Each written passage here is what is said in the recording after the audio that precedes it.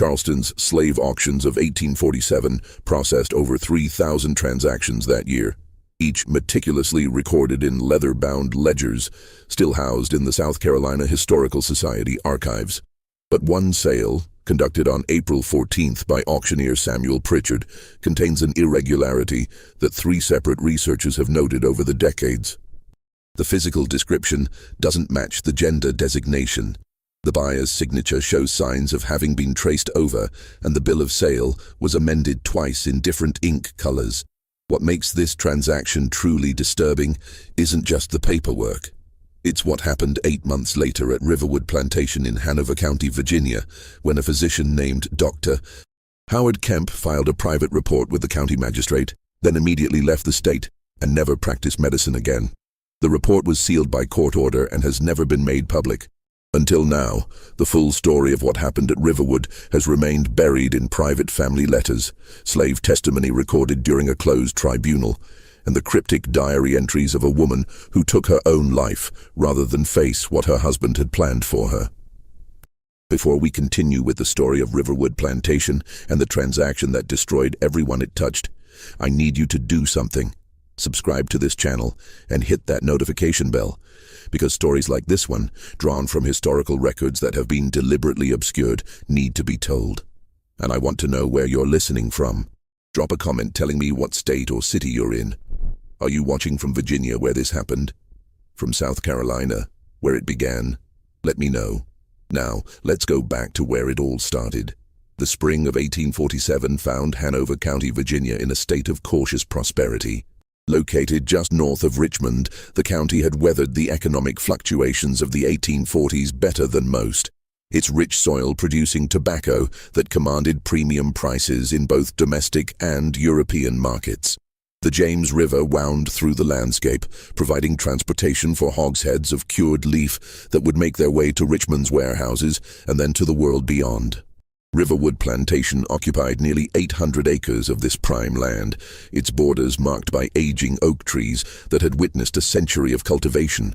The main house, built in 1798 by the Vanderhorst family, stood 3 stories tall with white columns that had weathered to a grayish cream. 12 windows faced south to catch the winter sun, and a wide porch wrapped around 2 sides of the structure, offering views of the tobacco fields that generated the family's wealth. By 1847, Riverwood belonged to Isaiah Vanderhorst, age 43, who had inherited the estate from his father in 1839. Isaiah cut an imposing figure in Hanover County society, standing over 6 feet tall with the broad shoulders of a man who had worked alongside his field hands in his youth, before prosperity and social expectations made such labor unseemly for a man of his station. His dark hair had begun to gray at the temples, and he maintained the mutton-chop sideburns fashionable among Virginia gentlemen of the era. But those who knew him well noticed something had changed in recent years. His eyes, once bright with ambition, had taken on a haunted quality since his first wife's death in 1844. Sarah Vanderhorst had died of puerperal fever 5 days after delivering their 3rd stillborn child. Isaiah never spoke of her, but household slaves whispered that he kept her bedroom exactly as she'd left it, her hairbrush still on the vanity, her last needlework still stretched in its frame. The loss had done something to him. He'd always been a stern master, but never cruel by the standards of the time.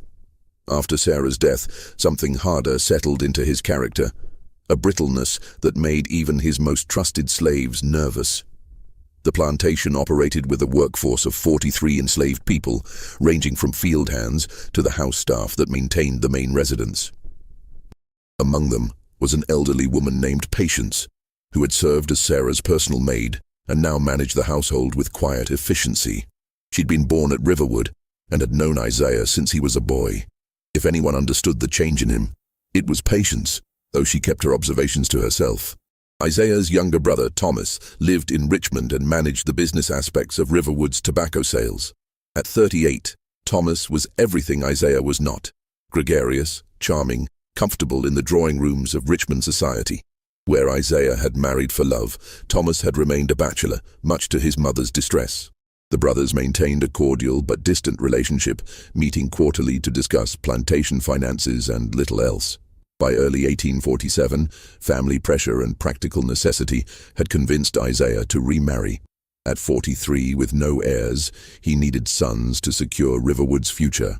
His mother, Constance Vanderhorst, had taken matters into her own hands, corresponding with old friends across Virginia to identify suitable candidates. The woman she settled on was Catherine Shelby, daughter of a once prominent family from Albemarle County, whose fortunes had declined precipitously after her father's death in 1843. Catherine was 26, considered dangerously close to spinsterhood by Virginia standards. She was not beautiful in the conventional sense, her features too strong, her frame too thin, her manner too reserved. But she was educated, having attended a female academy in Charlottesville, and she carried herself with the dignity expected of her class, despite her family's reduced circumstances. Most importantly, she was healthy and of childbearing age, and her family was desperate enough to accept Isaiah's proposal without excessive negotiation over settlements. They married on March 2, 1847, in a small ceremony at St. Paul's Episcopal Church in Hanover County. Catherine arrived at Riverwood with 2 trunks of belongings and a lady's maid her mother had insisted she bring. A free woman of color named Dinah, who had been with the Shelby family for a decade. Isaiah had been clear that Dinah would be paid a small wage and given a room in the house, but that Catherine should not expect to maintain all the pretensions of her former life. Money was to be spent on the plantation's operations, not on excess servants. The early weeks of their marriage passed in stilted formality. Isaiah was not unkind, but neither was he warm. Catherine understood her role: to manage the household, to produce heirs, to maintain appearances in county society. She accepted this arrangement with the same quiet resignation that had characterized her agreement to the marriage itself. At night, Isaiah came to her room at irregular intervals, performing his marital duties with mechanical efficiency before returning to his own chambers. There was no tenderness, no conversation beyond practical necessities. Catherine found the isolation of Riverwood oppressive. In Albemarle County, her family's reduced circumstances had still allowed for social calls, church gatherings, occasional trips to Charlottesville. Here she was 15 miles from the nearest neighbor of her own class, and Isaiah showed no interest in entertaining or accepting invitations. He spent his days riding between tobacco fields, reviewing accounts in his study, or sitting on the porch in the evenings, smoking and staring at nothing. The household staff, led by Patience, treated Catherine with careful respect but little warmth. She was the new mistress, replacing a woman they had loved. They would serve her, but they would not offer the easy familiarity that had existed between Sarah and the house slaves. Catherine felt herself suspended in a strange limbo, married but not companioned, mistress but not welcomed, living in a house that felt more like a prison than a home. It was Dinah who first suggested to Catherine that she might need additional help. Dinah, at 45, was no longer as spry as she once was, and the management of Catherine's wardrobe, the care of her rooms, and attendance to her personal needs left other household tasks unmanaged. Catherine mentioned this to Isaiah over dinner one evening in late March, carefully framing it as a practical matter rather than a request for indulgence. Isaiah had been resistant at first. The household had sufficient staff. But Catherine, showing a hint of the steel beneath her reserved exterior, pointed out that the house slaves had their established routines and were answerable to Patience, not to her. If she was to properly manage the household as his wife, she needed someone answerable directly to her, someone to handle tasks that Dinah, as a paid employee, should not be expected to perform. After several days of consideration, Isaiah agreed. He would purchase a young house slave at the next opportunity, someone who could be trained to Catherine's specific requirements. That opportunity came sooner than expected. Thomas sent word from Richmond that he would be traveling to Charleston on business in early April and could attend the slave auctions on Isaiah's behalf if given parameters and funds. Isaiah provided both. A healthy female between 15 and 25, strong enough for household labor, but refined enough in manner to serve a lady, literate if possible, and costing no more than $800. What neither Isaiah nor Thomas understood was that Charleston slave markets in the 1840s had become increasingly sophisticated in their deceptions. With slave prices rising and demand outstripping supply in certain categories, unscrupulous dealers had learned to manipulate appearances, forge documentation, and exploit buyers' assumptions to maximize profits. A young male slave might be dressed in women's clothing and presented as female if female domestic servants commanded higher prices. A field hand might be taught a few phrases of French and sold as a trained lady's maid. Bills of sale could be altered, ages could be misrepresented, medical conditions could be concealed. Thomas Vanderhorst, despite his Richmond sophistication, was not an experienced slave buyer. He attended the auction at Ryan's Mart on Chalmers Street, a 3-story building where hundreds of enslaved people were bought and sold each month. The auction of April 14th was particularly crowded, with buyers from across the South competing for prime merchandise. Thomas arrived with Isaiah's specifications clearly in mind, and his brother's money in his pocket, determined to make a good purchase. The auction hall smelled of unwashed bodies, tobacco smoke, and the particular anxiety that permeates places where human beings are sold like livestock. Thomas positioned himself in the middle of the crowd, neither too eager at the front nor too disinterested at the back. He'd attended 2 other auctions in Richmond and knew the basic protocols, but Charleston's Ryan's Mart operated on a scale he found overwhelming. The auctioneer, Samuel Pritchard, was a heavy-set man with a voice like gravel who worked through the lots with practiced efficiency. The first dozen sales were field hands, strong men in their 20s destined for the rice plantations of the Low Country. Thomas paid little attention until Pritchard announced a change in merchandise. Now, gentlemen, we turn to domestic servants. First up, lot number 47, a healthy female of approximately 17 years, trained in household duties, name of Grace. A figure was led onto the platform by one of Pritchard's assistants. Thomas leaned forward with interest. The individual who stood there was slight of build, perhaps 5 feet and 4 inches, with skin the color of polished teak and features that could charitably be called delicate. She wore a simple cotton dress of faded blue, mended in several places, and kept her eyes downcast as Pritchard began his description. Grace comes from the estate of the late Mrs. Henrietta Gadsden, where she served as a lady's maid for 3 years. She's literate, having been taught her letters by Mrs. Gadsden herself, a Christian woman of good character. Note the refinement of her hands, gentlemen. These are not the hands of a field worker. She has experience with laundering, mending, hairdressing, and household management. A rare find for any gentleman seeking quality service for his wife or daughters. Thomas studied the figure on the platform more carefully. Grace's hair was wrapped in a tignon, the traditional head covering worn by women of color in Charleston. Her posture was submissive, shoulders slightly hunched, hands clasped at her waist. When Pritchard instructed her to turn around, she did so with small, careful steps. The dress, though worn, had been cut to fit a female form, and her movements suggested someone accustomed to domestic service rather than field labor. "Can she speak?" someone called from the crowd. Pritchard gestured for Grace to respond. "Yes, master," she said softly, her voice high and somewhat breathless. "I can speak, and I can read the Bible and cipher numbers." "What household tasks can you perform?" Thomas asked, speaking up for the first time. Grace kept her eyes lowered. "I can dress a lady's hair in the current fashion, master. I can maintain a wardrobe, clean and press garments, prepare medicinal teas, assist with correspondence, and manage household linens. Mrs. Gadsden trained me carefully before her passing." The accent was Low Country Charleston, the grammar surprisingly correct for someone enslaved. Thomas felt his interest growing. This was exactly what Isaiah had specified. Refined enough for Catherine's service, literate, trained in household arts. The fact that she came from a respectable estate rather than the rougher trade added to her value. "Any health issues?" another bidder asked. Pritchard shook his head vigorously. "Sound in body and mind. Dr. Marcus Waverley examined her 2 days ago. His certification is included in the documentation. No signs of consumption, dropsy, or female complaints. She's menstruated regularly according to the estate inventory." That last detail made Thomas slightly uncomfortable, but he understood it was relevant information for breeding potential should a buyer wish to consider that aspect. He had no such intentions on Isaiah's behalf. This was strictly a domestic purchase, but the confirmation of good health was important. The bidding opened at $400.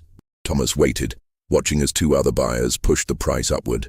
At $650, one dropped out. At $725, the other hesitated. Thomas jumped in decisively. $750. A pause. The other bidder looked at Grace again, seemed to reconsider, then shook his head and stepped back. Pritchard's gavel came down. Sold to the gentleman in the grey coat for $750. See the clerk for documentation. Thomas made his way to the wooden table where a clerk processed the sales. As he waited, he watched Grace being led down from the platform. She moved carefully, keeping her eyes down, her gait somewhat awkward in a way he attributed to the nervousness of being sold. It didn't occur to him that she might be deliberately walking differently than came naturally. The paperwork took 20 minutes. The clerk filled out a bill of sale, describing Grace as a Negro female of approximately 17 years, sound in body, literate, trained in domestic service. Thomas paid with a combination of cash and a draft on his Richmond bank, receiving a receipt and the transfer documents. Included in the papers was a brief letter from the Gadsden estate executor confirming Grace's provenance and training. What Thomas didn't notice, because he had no reason to look closely, was that the ink color of Grace's gender designation appeared slightly different from the rest of the text, as if it had been added later. He also didn't notice that Dr. Waverley's signature on the health certificate looked traced rather than original. These were sophisticated forgeries, the work of someone who understood that buyers rarely scrutinized documents closely when the merchandise matched their expectations. Thomas arranged for Grace to be held at the auction house until the next morning, when they would begin the journey to Virginia. He spent the evening at a hotel near the waterfront, composing a letter to Isaiah, informing him of the successful purchase and detailing Grace's apparent qualifications. "She seems a sensible creature," he wrote, "well-spoken and trained in precisely the arts Catherine will require. The price was somewhat higher than you specified, but I judged her quality worth the additional $50. The next morning, Thomas collected Grace from Ryan's Mart. She had been given a bundle containing her few possessions, an extra dress, undergarments, a comb, and a small Bible. She followed Thomas to the coach station without speaking, keeping several paces behind him as expected.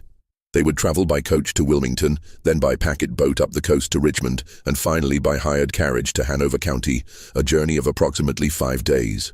During the journey, Thomas observed Grace carefully, as any prudent buyer would. She was quiet, speaking only when addressed, and showed appropriate deference. She ate sparingly at mealtimes and slept sitting upright in the Negro sections of the coach stations where they stopped. Her manners were indeed refined, and she seemed intelligent in the careful way she observed her surroundings. Thomas felt confident Isaiah would be pleased with the purchase. What Thomas didn't know, because Grace never allowed herself to be seen in any state of undress, was that beneath the carefully constructed feminine appearance lay a biological reality quite different from what the bill of sale claimed. Grace had been born with ambiguous genitalia, a condition that occurred perhaps once in every 2,000 births. Her mother, a house slave named Ruth on a plantation near Georgetown, South Carolina, had recognized immediately that her child would face impossible choices in a world that demanded clear categorization. Ruth had made her decision in the birthing room, telling the midwife that her baby was a girl. She had raised Grace as female from the first moment, choosing a name that could never be questioned, dressing her in girls' clothing, teaching her to move and speak and carry herself as women did. It had not been easy. As Grace grew, her body developed in ways that didn't entirely align with Ruth's chosen narrative. But Ruth was resourceful. Tight binding beneath layers of clothing concealed what needed to be concealed. Grace was kept away from situations where her body might be examined. She was trained exclusively in household tasks that would keep her in the main house, away from the communal living quarters where other slaves might discover her secret. The strategy had worked for 17 years. Grace had learned to navigate the world as female, and by adolescence she had internalized the role so completely that it felt natural. Her voice remained high, partly from practice and partly from her body's own ambiguous development. Her face never developed a beard. Her build remained slight. To casual observers, she was simply a delicate young woman, perhaps unusually tall and thin, but nothing that raised serious questions. Then Ruth had died of fever in 1845, and Grace had become part of the Gadsden household through an estate sale. Mrs. Henrietta Gadsden, elderly and nearly blind, had accepted Grace at face value and had indeed trained her in the refined household arts Pritchard had advertised. When Mrs. Gadsden died in 1847, Grace became part of another estate sale. But this time, the executor had been less scrupulous than honest. and a side arrangement with Samuel Pritchard had resulted in Grace's documentation being clarified in ways that would maximize her sale price. Grace knew she was living on borrowed time. Eventually, someone would discover the truth. But for now, she played the role she'd been assigned since birth, following Thomas Vanderhorst to an uncertain future in Virginia, hoping that whatever awaited her at Riverwood Plantation might offer at least a temporary reprieve from discovery. They arrived at Riverwood on April 22nd, a humid afternoon with thunderclouds building in the western sky. Isaiah met them on the front porch, his expression neutral as he examined the purchase. Grace stood with her bundle at her feet, eyes downcast, saying nothing. "She seems suitable," Isaiah said after a long moment. "Catherine can assess her capabilities. Patience, take her to the house and get her settled. She'll room in the attic with the other house servants." Patience, her face carefully blank, gestured for Grace to follow. As they walked toward the servants' entrance, Grace allowed herself one quick glance at the plantation house that would be her new prison. It looked solid, permanent, inescapable, exactly like every other place she'd ever lived. Catherine met her new servant the following morning in the small sitting room adjacent to her bedroom. Dinah had already briefed Catherine on Grace's arrival, describing her as peculiar quiet, even for a slave girl, and thin as a marsh reed. Now Catherine sat in a straight-backed chair, while Grace stood before her, hands clasped, eyes respectfully lowered. "Dinah tells me you were trained in Charleston," Catherine began, her voice neither warm nor cold, simply businesslike. "Can you dress hair?" "Yes, mistress. I know several fashions, and I can use hot irons for curling." Catherine gestured toward her dressing table. "Show me." For the next 20 minutes, Grace worked with Catherine's dark brown hair, demonstrating techniques she'd learned from Mrs. Gadsden. Her hands were gentle but confident, arranging Catherine's hair into a style suitable for an afternoon at home. Catherine watched in the mirror, saying nothing, evaluating not just the skill, but the demeanor. What Catherine noticed first was how carefully Grace moved, as if always conscious of taking up minimal space. Her gestures were economical, her footsteps nearly silent, her breathing so quiet as to be almost imperceptible. There was something almost theatrical about her femininity, as if she'd studied the role rather than simply inhabiting it naturally. But Catherine, who had her own experience of performing expected roles, didn't find this particularly remarkable. Many slaves learned to present exaggerated versions of what their masters expected. "That will do," Catherine said when Grace finished. "You'll assist Dinah with my wardrobe and personal needs. You'll help with household mending and preservation of linens. You'll attend me during social calls when they occur, though I understand those are rare here. You'll sleep in the attic with the other house servants. Your meals will be taken in the kitchen. Do you understand?" "Yes, mistress." "Thank you, mistress. One more thing." Catherine's voice dropped slightly. "My husband has moods. When he's in one of his dark periods, stay out of his sight unless specifically summoned. It's not personal, but he prefers minimal disruption when he's troubled. Can you do that?" Grace nodded, and for just a moment, she raised her eyes enough to meet Catherine's in the mirror. What passed between them in that brief glance was recognition, one trapped person acknowledging another. Then Grace's eyes dropped again, and the moment passed. The first weeks of Grace's service at Riverwood established a routine that would govern the household through the spring and early summer of 1847. She rose before dawn, helping to light fires in the main house fireplaces, even though spring warmth made them less necessary. She assisted Catherine with dressing, often working alongside Dinah to manage the complicated undergarments, corsets, and layered clothing that defined a Virginia lady's proper appearance. She proved skillful with a needle, repairing the delicate embroidery on Catherine's better dresses and mending torn lace with tiny, nearly invisible stitches. But it was in the quiet hours, the times when Catherine sat alone in her room reading or attempting needlework of her own, that the relationship between mistress and servant began to shift into something less defined by the strict hierarchies of the plantation system. At first, it was simply that Grace had a quality of stillness that Catherine found soothing. Unlike Dinah, who maintained a constant low commentary on household matters, Grace spoke only when necessary. She could sit for an hour mending shirts while Catherine read, the only sounds the ticking of the mantel clock and the whisper of thread through fabric. Then Catherine discovered that Grace could indeed read, and that her literacy extended beyond the basic Bible verses most educated slaves knew. One afternoon in early May, Catherine left a book open on her side table, a novel by Walter Scott that she'd been finding rather tedious.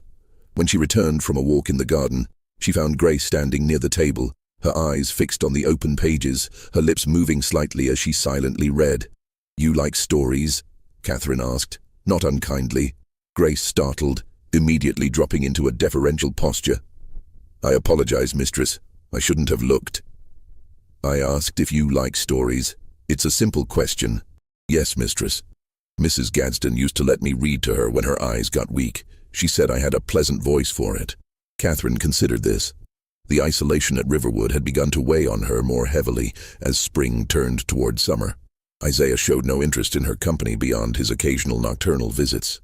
Dinah was kind but practical, not given to the sort of conversation Catherine craved. The idea of having someone read aloud, filling the silent hours with words and narratives, held considerable appeal. "Every afternoon at 3 o'clock when I take my rest, you'll read to me," Catherine announced. "We'll start with this Scott novel, though I warn you it's rather dull. Afterwards, we'll find something better in Isaiah's library." This became their ritual. Every afternoon, while Catherine reclined on her daybed and the Virginia heat pressed against the windows, Grace sat in a straight-back chair and read aloud. They worked through the Scott novel, then moved on to Shakespeare's comedies, which Grace read with surprising expression, giving each character a distinct voice. Catherine found herself looking forward to these sessions, and gradually she began to talk during them, interrupting the reading to comment on a passage or share a memory prompted by the text. Grace, for her part, learned to respond with more than simple acknowledgments. She offered observations about the characters, asked questions about words she didn't know, and occasionally made Catherine laugh with a dry comment about a particularly ridiculous plot development. The strict boundary between mistress and servant didn't disappear, but it became more permeable, at least in the privacy of Catherine's rooms. Dinah noticed the change and worried about it. She pulled Catherine aside one morning in early June. "Mistress Catherine, I don't mean to speak out of turn, but you're getting mighty familiar with that Grace girl. It ain't proper and it ain't wise. These Virginia people, they have particular notions about how things should be done." Catherine stiffened. "I'm the mistress of this house, Dinah. I'll manage my servants as I see fit." "Yes, ma'am, I know that.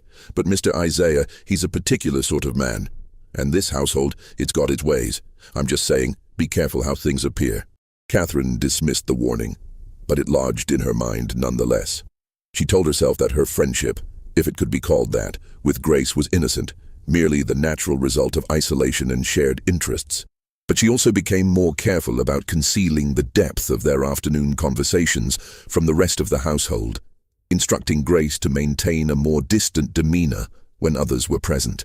What Catherine didn't know, what no one in the household suspected, was that Grace lived in constant terror of discovery.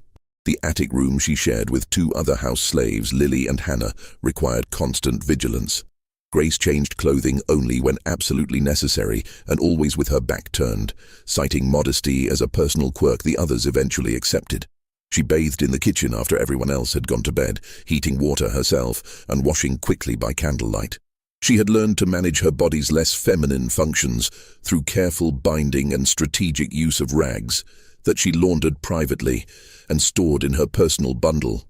The monthly cycle that Pritchard had certified in Charleston did not exist, a fact Grace concealed through occasional claims of female troubles that required her to rest in her room for a day or two each month. The other house slaves accepted this without question. Such complaints were common enough among women. What they didn't see was Grace lying on her narrow bed during these times, binding herself even more tightly, praying that no one would demand proof of her claimed condition.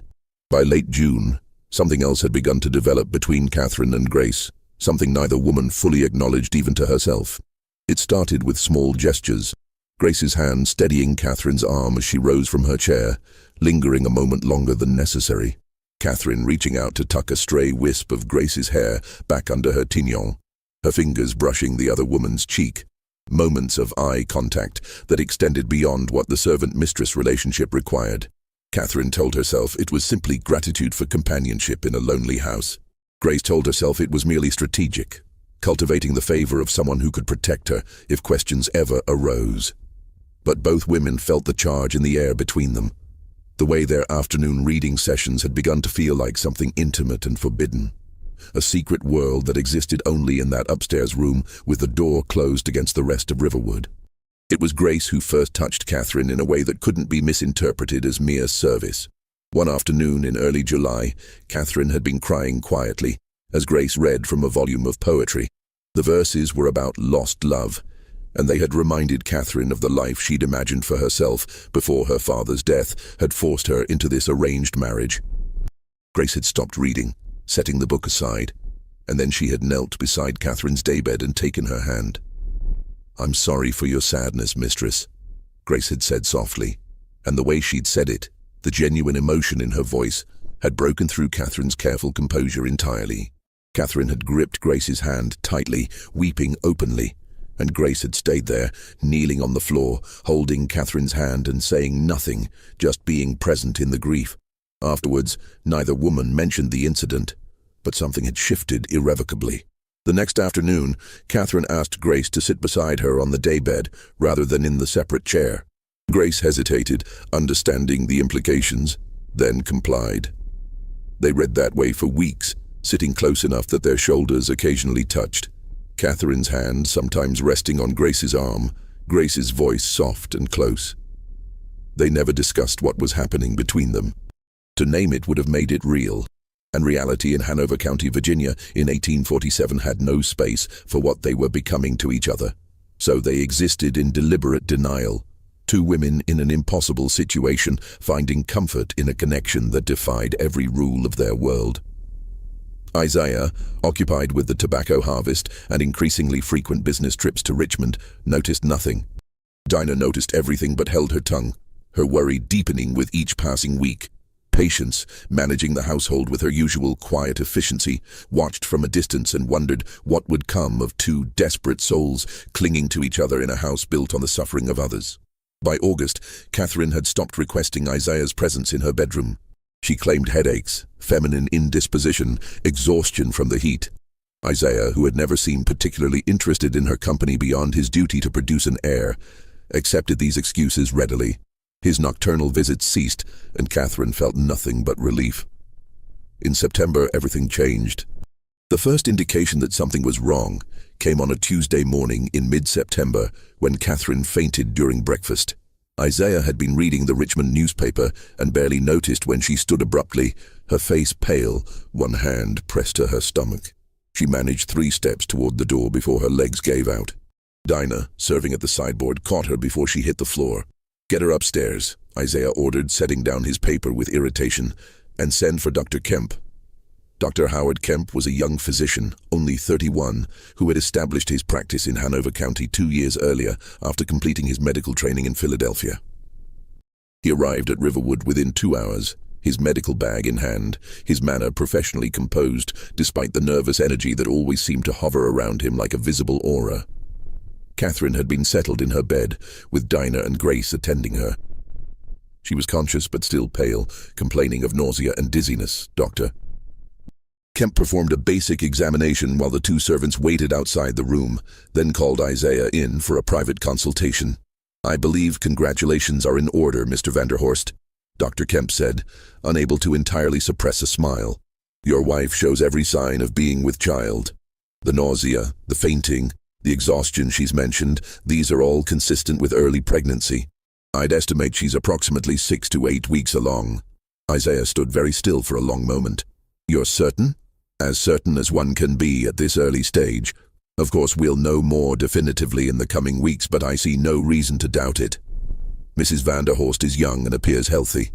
With proper care and rest, there's every reason to expect a successful outcome." After Dr. Kemp left, Isaiah stood on the front porch for over an hour, smoking his pipe and staring at the tobacco fields. His expression revealed nothing of what he was thinking. When he finally went back inside, he instructed patients to inform Catherine that he was pleased about the pregnancy and that she should rest as much as necessary. He did not go to see her himself. What Isaiah did do, that evening in the privacy of his study, was sit down with his personal diary and count backwards from mid-September. His last visit to Catherine's bedroom had been in mid-July, nearly 2 months ago. Before that, there had been a gap of several weeks due to his business travels. The arithmetic didn't seem quite right, but Isaiah was not a medical man, and he told himself that Dr. Kemp surely knew better than he did about such matters. Still, something nagged at him, a discomfort he couldn't quite name. He'd been married to Sarah for 9 years before her death, and she'd conceived 3 times. He remembered her pregnancies, the timing, the symptoms. This felt different somehow, though he couldn't articulate why. Catherine, for her part, lay in her bed in a state of shock that she concealed from everyone except Grace. When they were alone that evening, Catherine finally spoke the words that had been echoing in her mind since Dr. Kemp's diagnosis. "This isn't possible," she whispered. We haven't. Not since July, and only once then. It's been months before that." Grace sat on the edge of the bed, her face carefully composed. "Dr. Kemp seemed certain, mistress.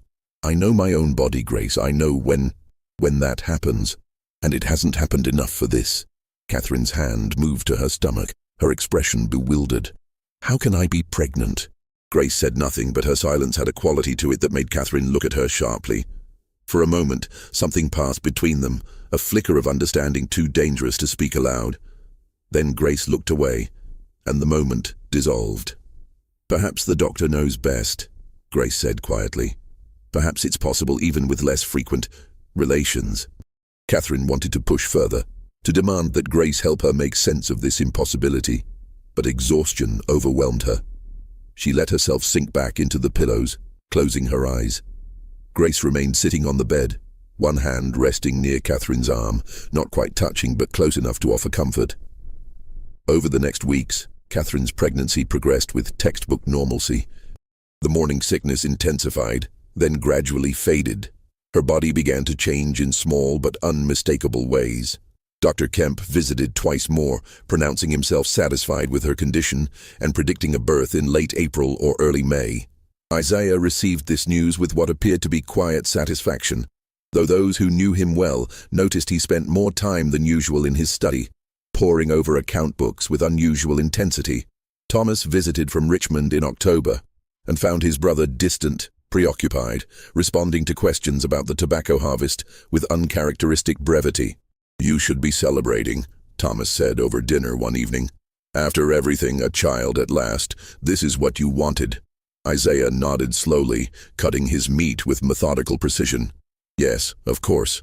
Catherine seems healthy enough. Dr. Kemp is competent. There's no reason to worry." "I'm not worried," Isaiah replied, but his tone suggested otherwise. Thomas left the next day, troubled by his brother's mood, but attributing it to the natural anxiety of a man who had lost 3 children before they could draw breath. He didn't know that Isaiah had begun asking careful questions of patients, of Dinah, of the other house servants, questions about Catherine's daily routines, about who attended her, about how she spent her time. The answers he received were unremarkable. Mrs. Vanderhorst rested frequently as pregnant women should. She took light walks in the garden. She read in her room during the afternoon hours. Grace and Dinah attended her. She had no visitors and requested none. Her behavior was entirely appropriate for a woman in her condition.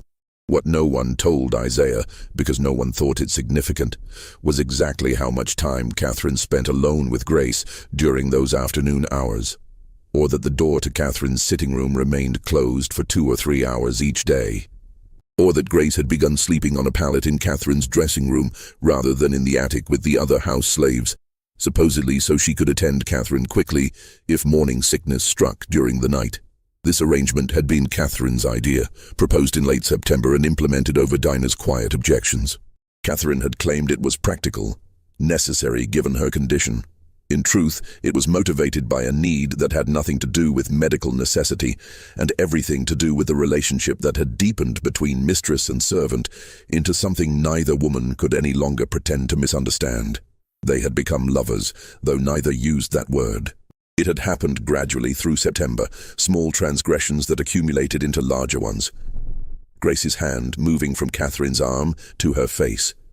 Catherine pulling Grace closer on the daybed until they were lying together, the first kiss that had shocked them both with its intensity.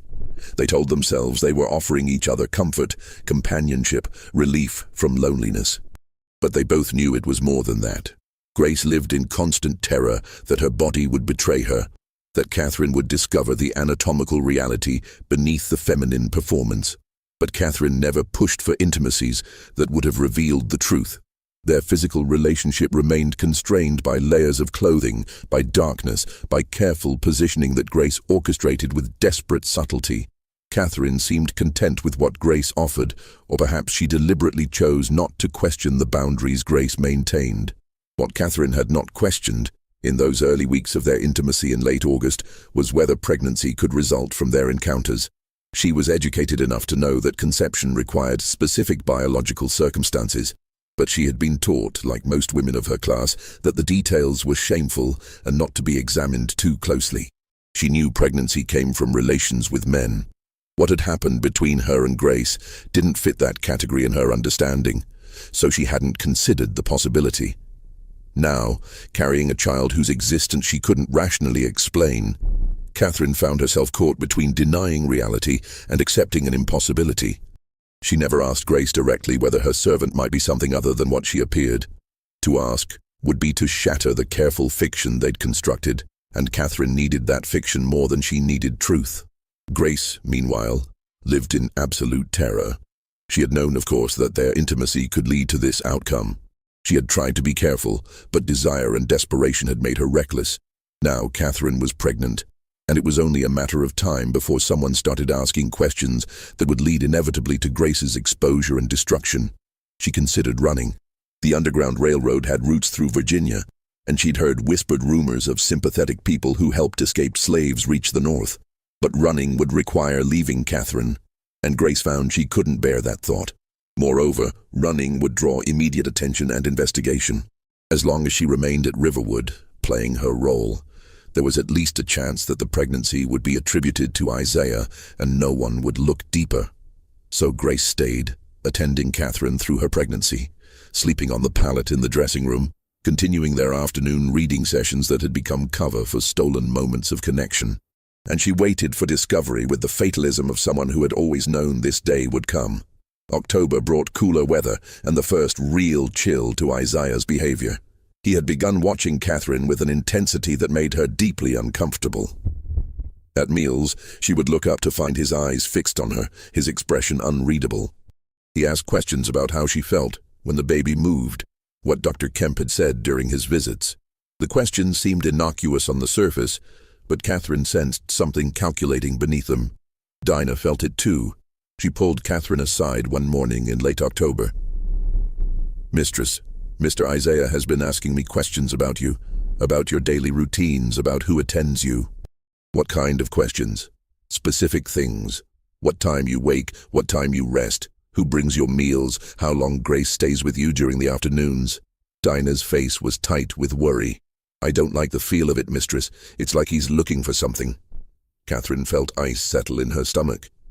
"What did you tell him?" "Only what's proper to say. That you rest as you should, that Grace attends you as is right for your condition. I didn't mention—" Dinah paused, choosing her words carefully. "I didn't mention anything that might cause trouble." "Thank you, Dinah." "Mistress Catherine, I need to say something plain. I know you think I'm just a worrying old woman, but I've lived in Virginia my whole life, and I know how things work here. Whatever's happening between you and that Grace girl, it needs to stop. Mr. Isaiah is suspicious about something, and if he starts digging, people could get hurt. People could die." Catherine stiffened. "Nothing's happening that concerns my husband." "That's not what I said, and you know it. I said people could die, and I meant it. This isn't Albemarle County where your family had some protection. This is Isaiah Vanderhorst's plantation, and he's the law here. If he decides someone has wronged him—" Dinah didn't finish the sentence. That evening, Catherine lay in bed listening to Grace's quiet breathing from the pallet in the dressing room. She thought about Dinah's warning, about Isaiah's questions, about the child growing inside her that would be born with features that might or might not resemble the man who believed himself its father. She thought about what would happen when Isaiah's suspicions, whatever they were, crystallized into accusations. She should send Grace away. It was the sensible thing to do, the safe thing. But Catherine had never been particularly sensible, and she'd long ago stopped caring about safety in the conventional sense. So instead of sending Grace away, she called her back into the bedroom. "Sleep here tonight," Catherine said quietly. I don't want to be alone." Grace hesitated, understanding the risk, then carefully climbed into the bed. They lay facing each other in the darkness, not touching, just breathing the same air. After a long silence, Catherine spoke. "Whatever happens, I want you to know that these months have been the only time in my life I've felt truly seen by another person. The only time I've felt less alone. Mistress. Catherine. When we're alone, call me Catherine." "Catherine," Grace said carefully, testing the name. "I feel the same way, and I'm sorry. For all of it. For what's coming." "What is coming?" Grace was quiet for a long time. "Discovery. Eventually. It's inevitable. Then we'll face it together." But even as Catherine said it, she knew it was a hollow promise. They wouldn't face anything together because the world they lived in would never allow that. When discovery came, Catherine would be the wronged wife, and Grace would be the deceiver, and nothing that had passed between them would matter in the face of those assigned roles. November brought the first serious complication. Catherine was 4 months along now, her pregnancy beginning to show despite the concealing layers of clothing fashionable for the time. Dr. Kemp visited for his monthly examination and pronounced himself satisfied with her progress, but he also mentioned something that made Catherine's blood run cold. "The baby is quite active," he noted, his hands pressed to her abdomen. "That's a good sign. Strong movement suggests vigor. I'd say you're carrying a boy, Mrs. Vanderhorst. They tend to be more active in the womb." After he left, Isaiah came to Catherine's room, something he rarely did anymore. He sat in the chair by her window, his face troubled. "Dr. Kemp says 4 months, Isaiah said slowly. "That would mean conception in July." Catherine forced herself to meet his eyes. "Yes, that seems right. I was gone most of July. Business in Richmond, you remember. I was only here for 3 days in the middle of the month." "Yes, you came to my room one of those nights." Catherine kept her voice steady. "One night." Isaiah's eyes were hard now. "Once. And Dr. Kemp is certain about 4 months. He's the physician. I assume he knows how to calculate these things." Isaiah stood, walking to the window, his back to her. "Sarah conceived 3 times in 9 years. 3 times, Catherine. And I was with her regularly, far more than I've been with you. Yet you conceive after a handful of encounters, most of them months before we were even married. I don't understand what you're suggesting." He turned to face her, and Catherine saw something dangerous in his expression. "I'm not suggesting anything. I'm simply noting facts. And facts, Catherine, have a way of revealing truth eventually." After he left, Catherine sat shaking for nearly an hour before Grace returned from an errand to find her in tears. Grace held her, saying nothing, because there was nothing to say. They both understood that Isaiah's suspicions had moved from vague unease to specific doubt. The question was no longer whether he suspected something, but what he would do about it. The answer came sooner than either woman expected. In early December, Isaiah summoned Patience to his study. The conversation lasted over an hour, and when Patience emerged, her face was grave. She went directly to the kitchen and spoke in low tones with the cook, then disappeared into the slave quarters. Within a day, rumors began circulating among the enslaved workers at Riverwood. The master was asking questions, specific questions about Mrs. Vanderhorst and Grace, about their time together, about anything unusual anyone might have observed. The house slaves, loyal to Patience and protective of their own precarious positions, said nothing of substance. But the questions themselves were enough to create an atmosphere of tension that pervaded the entire plantation. Just when it seemed the situation couldn't become more fraught, something happened that pushed events toward an inevitable crisis.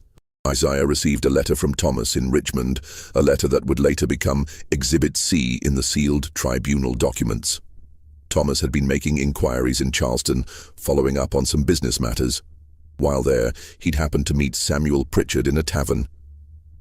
They'd shared a drink, discussed the slave trade, and Thomas had mentioned the purchase he'd made on Isaiah's behalf back in April. Pritchard had seemed uneasy at the mention of Grace, had changed the subject quickly, and Thomas, ever observant in social situations, had noticed the reaction. Curious, Thomas had done some quiet investigating. He'd spoken to the clerk who had processed the sale. He'd examined his copy of the bill of sale more carefully, noticing for the first time the slight variation in ink color on certain portions of the document.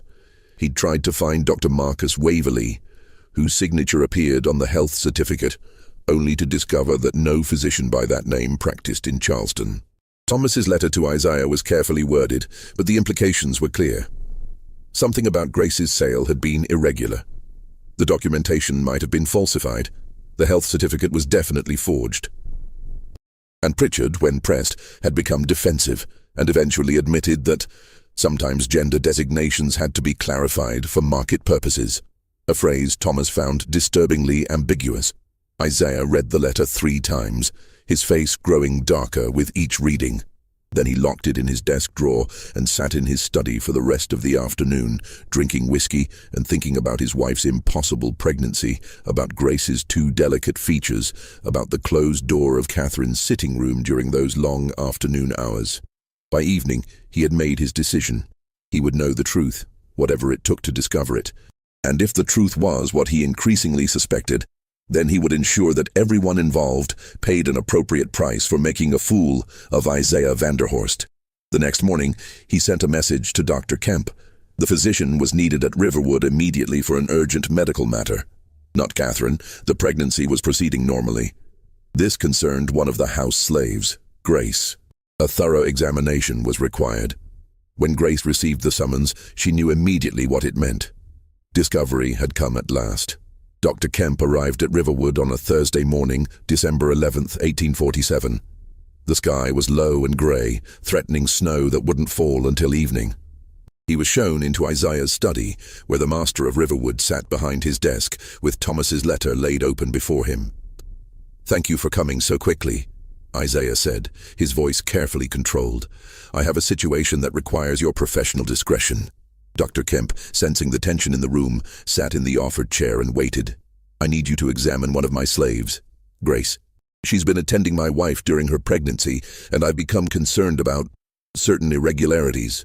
Isaiah chose his words carefully. "I need a complete medical examination, thorough and definitive. I need to know exactly what I'm dealing with. I don't understand. Has she shown signs of illness? I need you to confirm her sex," Isaiah said bluntly. "I have reason to believe the documentation from her sale may have been falsified." Dr. Kemp's expression shifted to one of discomfort. "Mr. Vanderhorst, that's a highly unusual request. If you suspect fraud in the sale, that's a legal matter, not a medical one. It becomes a medical matter when it concerns my wife's pregnancy." Isaiah's voice had hardened. 4 months along, conceived during a period when I was rarely present, attended daily by a slave whose provenance is now questionable. I'm sure you can see why I might want clarity on this matter. The implications hung heavy in the air between them. Dr. Kemp's face paled slightly as he worked through what Isaiah was suggesting. "I see, and if the examination reveals what you suspect, then I'll know the full extent of the deception, and I can proceed accordingly." Dr. Kemp was not a courageous man, but he was fundamentally decent, and the direction this conversation was heading troubled him deeply. "Mr. Vanderhorst, even if your suspicions about the slave prove correct, that doesn't necessarily mean what you're implying. Your wife is a lady of good character. Whatever irregularity might exist in the slave's documentation, I'm sure there's an innocent explanation that doesn't involve—" "Doctor," Isaiah's voice cut through the protest. "I'm not asking for your opinions about my wife's character. I'm asking for a medical examination of a slave I own. Will you do it or not?" After a long pause, Dr. Kemp nodded slowly. He was a physician who depended on wealthy planters like Isaiah for his livelihood. Refusing such a request would have professional consequences he couldn't afford. "I'll conduct the examination. Where is the slave now?" Grace was summoned to a small room on the first floor that had once served as Sarah Vanderhorst's sewing room. Isaiah had cleared it of furniture, except for a simple table and 2 chairs. Patience brought Grace to the door, her face full of terrible sympathy, then withdrew. Isaiah and Dr. Kemp entered, closing the door behind them. Grace stood in the center of the room, her hands clasped in front of her, her eyes downcast. She knew what was coming. She'd known since the moment she'd received the summons that her careful performance had finally reached its end. Part of her felt almost relieved. The strain of maintaining the deception had been exhausting, and now at least it would be over, one way or another. "Grace," Isaiah said, his voice cold and formal, "Dr. Kemp is going to examine you. You will cooperate fully. Do you understand? Yes, master. Remove your clothing. Grace looked up then, meeting Isaiah's eyes for the first time. What he saw in her face wasn't fear exactly, but something more complex, resignation mixed with a strange kind of dignity. She began to undress slowly, carefully folding each garment as she removed it, as if this small act of order could provide some control in a situation where she had none. Dr. Kemp turned away as Grace disrobed, focusing his attention on preparing his medical instruments with unnecessary meticulousness. He was deeply uncomfortable with what he'd been asked to do, but he'd committed to the examination and would follow through professionally. When Grace stood naked before them, the truth of her body was undeniable. The careful binding she'd maintained beneath her clothing was gone, revealing anatomy that contradicted every assumption that had been made about her since Thomas had purchased her in Charleston. She was intersex, with physical characteristics that didn't align neatly with typical male or female presentation, but included distinctly masculine anatomy alongside other more ambiguous features. Isaiah stared for a long moment, his face unreadable, then turned abruptly and walked to the window. Make your examination thorough, doctor. I want documentation of every detail. Dr. Kemp approached Grace with visible reluctance. I'm sorry, he said quietly, too low for Isaiah to hear. Then he began his examination, clinical and methodical, noting observations in a small leather journal he'd brought. Grace stood motionless throughout, her eyes fixed on a point on the far wall, her mind deliberately empty of thought or feeling. The examination took 20 minutes. When it was complete, Dr. Kemp allowed Grace to dress again, then turned to Isaiah with his journal in hand. Your suspicions were correct, Dr. Kemp said, his voice flat. The individual presents with what medical literature terms hermaphroditism. There are both masculine and ambiguous characteristics. The bill of sale's description of a female was either an error or a deliberate misrepresentation. Isaiah's jaw tightened. Is pregnancy possible? If this person were to have relations with a woman? Dr. Kemp hesitated. The medical understanding of intersex conditions in 1847 was limited, but he knew enough to answer truthfully. Based on what I have observed, yes. Conception would be physiologically possible. Isaiah closed his eyes briefly, then opened them with new hardness. Thank you, doctor. I'll need you to provide written documentation of your findings, detailed and signed. Can you have it ready by tomorrow? Yes. But Mr. Vanderhorst, I must advise extreme caution in how you proceed. This is a delicate matter that— I know exactly how to proceed, Isaiah interrupted. You've confirmed what I needed to know. The rest is my concern. After Dr. Kemp left, Isaiah stood in the sewing room with Grace for a long moment. When he finally spoke, his voice shook with controlled rage. How long? Grace said nothing. How long have you been deceiving my wife? How long have you been in her bed, playing the role of a woman while fathering a child on her? She didn't know, Grace said quietly. Catherine never knew what I was. I never told her. You expect me to believe that? That my wife was so stupid, so blind, that she didn't realize? I expect you to believe what's true. Catherine is innocent in this. She believed I was what I appeared to be. She believed the child was yours. Isaiah moved forward suddenly, his hand striking Grace across the face hard enough to knock her to the floor. Don't speak my wife's name. You don't have that right. Grace stayed on the floor, tasting blood from a split lip, and said nothing more. There was nothing more to say. The truth was out, and now consequences would follow with the same inevitability that had brought her to this moment. Isaiah left the room, locking the door behind him. Grace sat on the floor for a long time, until eventually Patience came with a lantern after darkness had fallen. The old woman didn't speak as she helped Grace to her feet and led her, not to the main house, but to a storage shed behind the slave quarters where farm equipment was kept. Inside, someone had placed a bucket of water, a blanket, and a heel of bread. Mr. Isaiah says you're to stay here until he decides what to do, Patience said, her voice breaking slightly. I'm sorry, child. I'm so sorry. She locked the shed door from the outside, and Grace was left in darkness, knowing that her fate, and Catherine's, now rested entirely in the hands of a man who felt he'd been made a fool in his own house. Upstairs in the main house, Catherine knew nothing of the examination. She'd been kept deliberately unaware, told only that Grace had been needed for other duties that day. It wasn't until Dinah came to help her dress for dinner that Catherine learned something was terribly wrong. Where's Grace? Catherine asked, noting her absence. Dinah's hands shook as she fastened Catherine's dress. Mistress, something's happened. Mr. Isaiah, he had Dr. Kemp examine Grace today, and now she's been locked in the equipment shed. Catherine went completely still. Examined her? Why? I don't know the details, mistress, but the whole household is talking. Mr. Isaiah's been shut in his study all afternoon, and Thomas arrived from Richmond an hour ago. They're in there together now, and from what the servants can hear, it's not good. Catherine felt the floor tilt beneath her. She gripped the back of a chair for support, her mind racing through implications she didn't want to face. I need to see my husband. Mistress, I don't think that's wise right now. He's in a state, from what I hear. Maybe wait until... Now, Dinah, I need to see him now. But when Catherine knocked on Isaiah's study door, it was Thomas who answered. His face was grave as he looked at her, and she saw pity in his eyes, which was somehow worse than anger would have been. Catherine, you should rest. You're carrying a child. This stress isn't good for your condition. I need to speak with my husband. That's not possible right now. Isaiah is... He's working through some difficult information. It would be better if you gave him time. What information? What's happened to Grace? Thomas glanced back into the study, then stepped into the hallway, pulling the door closed behind him. He lowered his voice.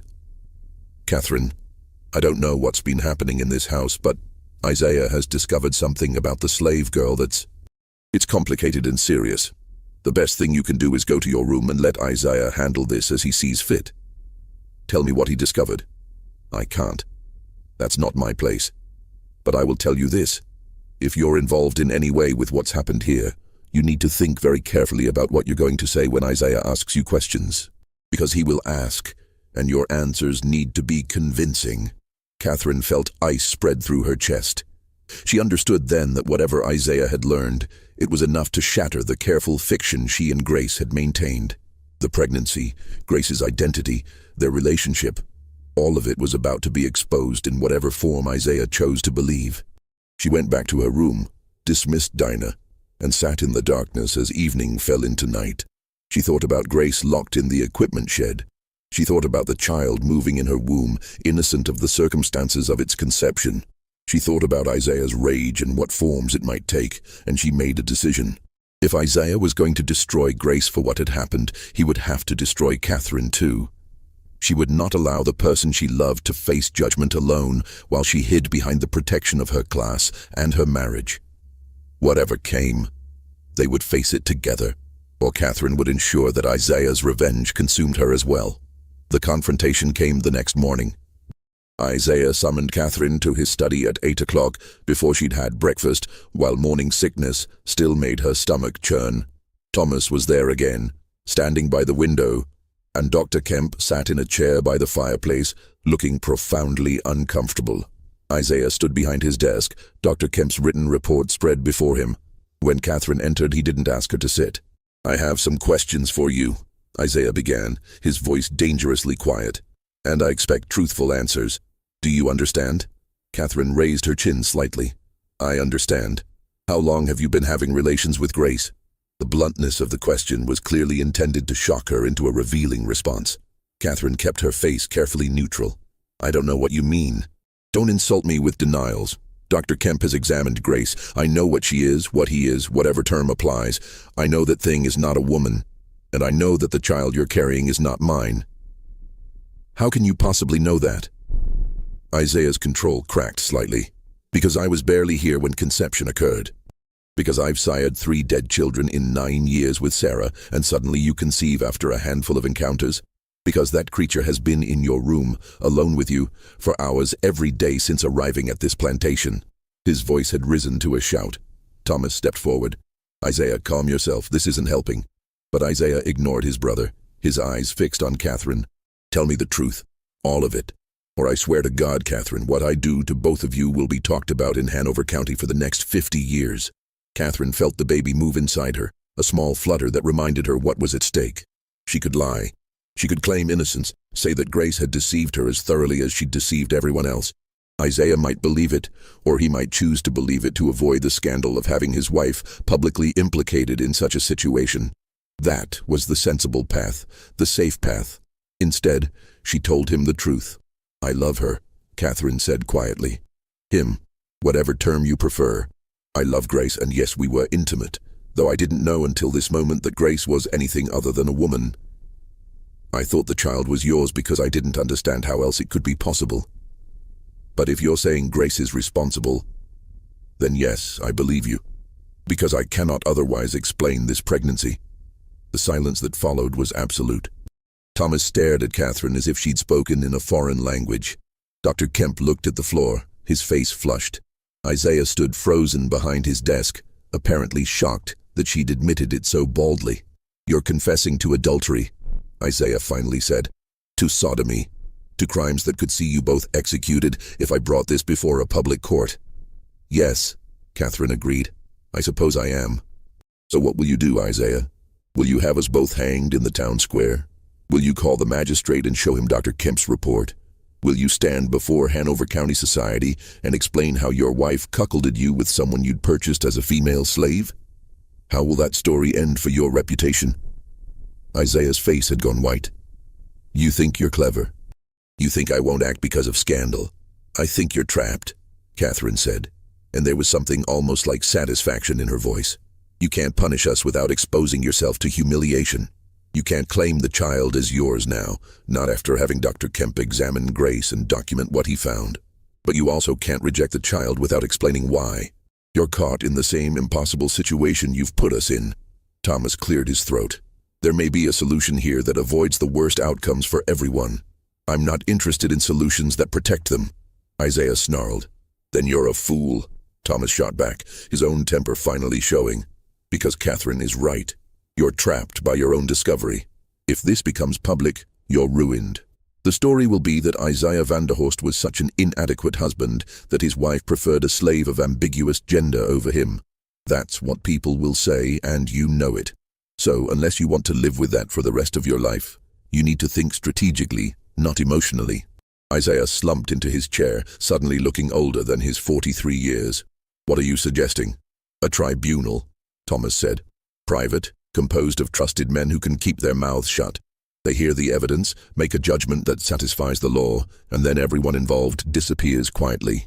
Catherine can be sent away to live with relatives, the child adopted out or placed in an orphanage, Grace sold south or worse.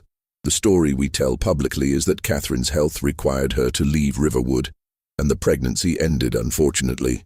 It's not ideal, but it's manageable." "And if I want them both dead?" Isaiah asked. "That's within my rights.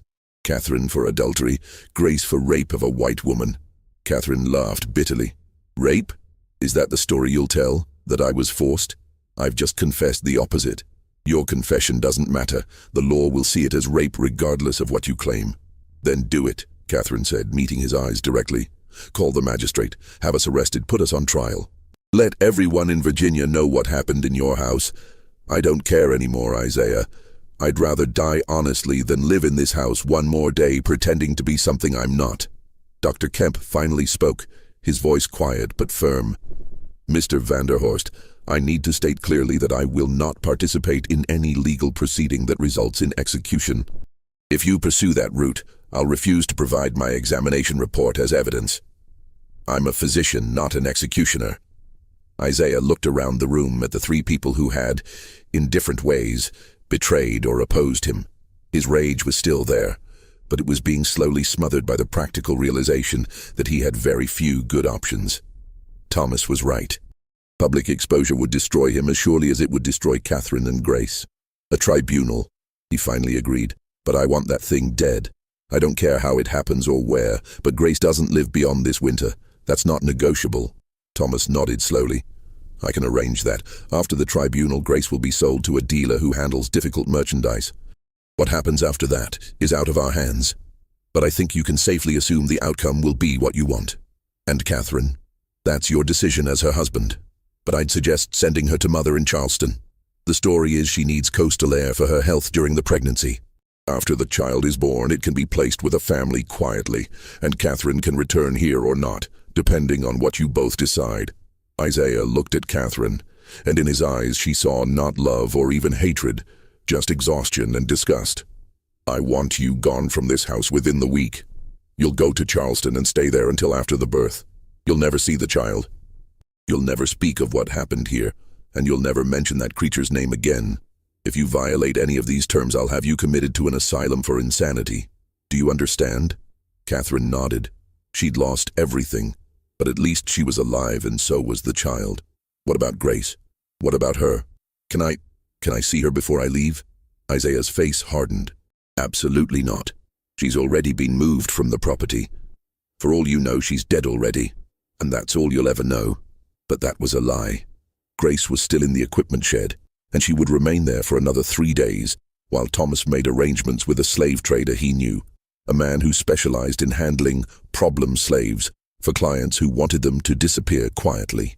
The tribunal was held on December 18, 1847, in the courthouse in Hanover County after hours.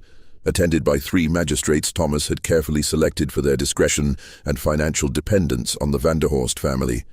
Dr. Kemp provided his report, edited to remove any suggestion that Catherine had knowingly participated in the deception. The story presented was that Grace, a person of ambiguous gender who had been fraudulently sold as female, had taken advantage of Catherine's innocence and isolation to engage in acts that resulted in pregnancy. Catherine was portrayed as a victim of deception, naive and trusting. Grace was portrayed as a calculating predator who had deliberately infiltrated the household with malicious intent. The tribunal took less than 2 hours to reach its conclusions. Grace was judged guilty of fraud, deception, and assault. The recommended punishment was sale to a plantation in the Deep South under conditions that would ensure she never had contact with white society again. Catherine was absolved of willing participation, but judged to have shown poor judgment in allowing such familiarity with a servant. She was remanded to her husband's custody with the recommendation that she be removed from the situation that had led to her poor judgment. The child's fate was left to Isaiah's discretion, with the understanding that it would not be raised at Riverwood or acknowledged as a Vanderhorst heir. The next day, December 19th, Grace was removed from the equipment shed and transported to Richmond in chains. Thomas supervised the transfer personally, handing her over to a trader named Samuel Hicks, who operated out of Lumpkin's Jail, the notorious slave prison on Richmond's north side. What happened to Grace after that was never officially recorded, but Hicks was known for sending troublesome slaves to the sugar plantations of Louisiana, where life expectancy measured in months rather than years, and where no one asked questions about a worker's past. Catherine left Riverwood on December 21st, traveling to Charleston with only Dinah for company. She was 5 months pregnant, visibly showing despite her traveling clothes. Isaiah didn't come out to say goodbye. He watched from his study window as the carriage pulled away, then turned back to his desk and the bourbon that had become his constant companion since the tribunal. At Constance Vanderhorst's Charleston residence, Catherine was installed in a third-floor room overlooking the harbor. Her mother-in-law received her with cold efficiency, having been told enough by Thomas to understand that Catherine had brought shame to the family. Constance made it clear that Catherine would remain confined until after the birth, and that she should consider herself fortunate Isaiah hadn't simply committed her to an asylum. The winter passed slowly. Catherine spent her days at the window, watching ships come and go, thinking about Grace and wondering if she was still alive somewhere in Louisiana. She knew the sugar plantations were brutal, that workers often died within months of arrival, but she allowed herself to hope that somehow Grace had survived, had perhaps escaped, had found freedom in some northern city where no one knew her story. On April 23, 1848, Catherine went into labor. The birth was attended by a discreet midwife Constance had hired specifically for difficult situations. After 14 hours, Catherine delivered a healthy boy with dark hair and features that could have belonged to either Isaiah or Grace, ambiguous enough that no definitive judgment could be made. Catherine held her son for 2 hours. She memorized his face, counted his fingers and toes, whispered promises she knew she couldn't keep. Then Constance came and took him away. Thomas had arranged for the child to be placed with a farming family in Buckingham County, people who needed help and were willing to raise an infant of uncertain parentage for a sum that would secure their future. The boy would be called William Hutchins, and he would never know the truth of his origins. Catherine returned to Riverwood in mid-May, a ghost in her own life. Isaiah rarely spoke to her, maintaining separate quarters and interacting only when social propriety demanded it. The household staff, who had witnessed everything, kept their silence with the practiced discretion of those who understood that speaking truth could be fatal. 3 weeks after Catherine's return, a letter arrived from Thomas. It was addressed to Isaiah, but he read portions aloud to Catherine with deliberate cruelty. Samuel Hicks had sent confirmation that Grace had been sold to the Morrison plantation outside New Orleans. The work there was punishing, the overseers brutal. Grace had lasted 4 months before dying of what the plantation records listed as exhaustion and fever. Catherine felt something break inside her that never healed. Grace was dead, their son was gone, and she was trapped in a marriage that had become her prison. She thought seriously about ending her own life that summer, spending long hours walking near the James River, considering how easy it would be to simply walk into the water and let it take her, but she didn't. Something stubborn in her refused to give Isaiah that satisfaction, refused to let the story end with her surrender. So she lived. She managed the household, attended church, performed the duties expected of a Virginia lady. She became known in Hanover County as a quiet woman, somewhat melancholy, devoted to charitable works, but keeping largely to herself. Isaiah died in 1856 of a heart ailment, leaving Riverwood to a distant cousin. Catherine was provided for in the will, but chose not to remain at the plantation. She moved to Richmond, where she lived modestly on her widow's income until her death in 1871. She never remarried, never had other children, and never spoke of what had happened in 1847. The boy, William Hutchins, grew up never knowing he'd been adopted. He lived an ordinary life as a Virginia farmer, married, had children of his own, and died in 1889 without ever learning about the plantation in Hanover County or the impossible love story that had brought him into the world. His descendants scattered across the state, carrying forward the genetic legacy of that union without knowing its source. The tribunal records were sealed by court order and supposedly destroyed in a courthouse fire during the Civil War. But rumors persisted for decades about copies that survived in private hands. In the 1920s, a historian researching plantation economics found fragments of the story in courthouse archives, but the documents were so deteriorated and incomplete that he couldn't piece together the full narrative. He made cryptic notes about a domestic scandal involving questionable identity and moved on to other research. Dr. Howard Kemp left Virginia in 1849 and never practiced medicine again. According to letters found after his death in 1867, he was haunted by guilt over his role in Grace's fate. Thomas Vanderhorst burned most of his papers before his death in 1873, but a few surviving letters hint at the burden of secrets he carried.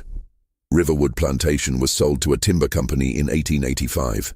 The main house stood empty for years before burning under mysterious circumstances in 1891. Today, nothing remains except foundation stones and a historical marker that mentions the Vanderhorst family's contributions to Virginia's tobacco industry, with no reference to the events of 1847. Grace's story ends in a Louisiana sugar field, her real name unknown, her life reduced to a single line in a plantation ledger. Negro, ambiguous, deceased. Catherine's story ends in a Richmond boarding house, her secrets taken to an unmarked grave. Their son's story ends without him ever knowing the truth of who his parents were or what they'd sacrificed. The full truth of what happened at Riverwood will probably never be completely known. Too much has been deliberately destroyed. Too many witnesses died without recording testimony. Too many secrets were buried to protect reputations. What remains are fragments. A suspicious bill of sale, sealed medical reports, letters that hint at scandal without providing details, and local legends about the plantation where something terrible happened. But no one remembers exactly what. It's a reminder that history is always incomplete, that the official record reflects only what those in power chose to preserve, and that the most compelling human stories are often the ones someone worked hardest to erase. Grace and Catherine lived and loved and suffered in a world that denied them both dignity and memory. That their story survives at all, even in fragments, is perhaps a small act of resistance against those who tried to suppress it entirely. What do you think really happened at Riverwood? Do you believe the sealed records told the whole truth? Or are there still secrets buried in Virginia archives waiting to be discovered? The reality is that stories like this exist throughout American history, hidden in courthouse basements, whispered in family legends, carefully omitted from official narratives. If this dark chapter from the past fascinated you and you want more forgotten American mysteries, subscribe to this channel, hit that notification bell, and share this video with someone who appreciates history's hidden stories. Drop a comment below telling me what state you're from and whether you know of similar historical mysteries in your region. History has a way of burying its most uncomfortable truths, but together we can bring them back into the light. See you in the next video.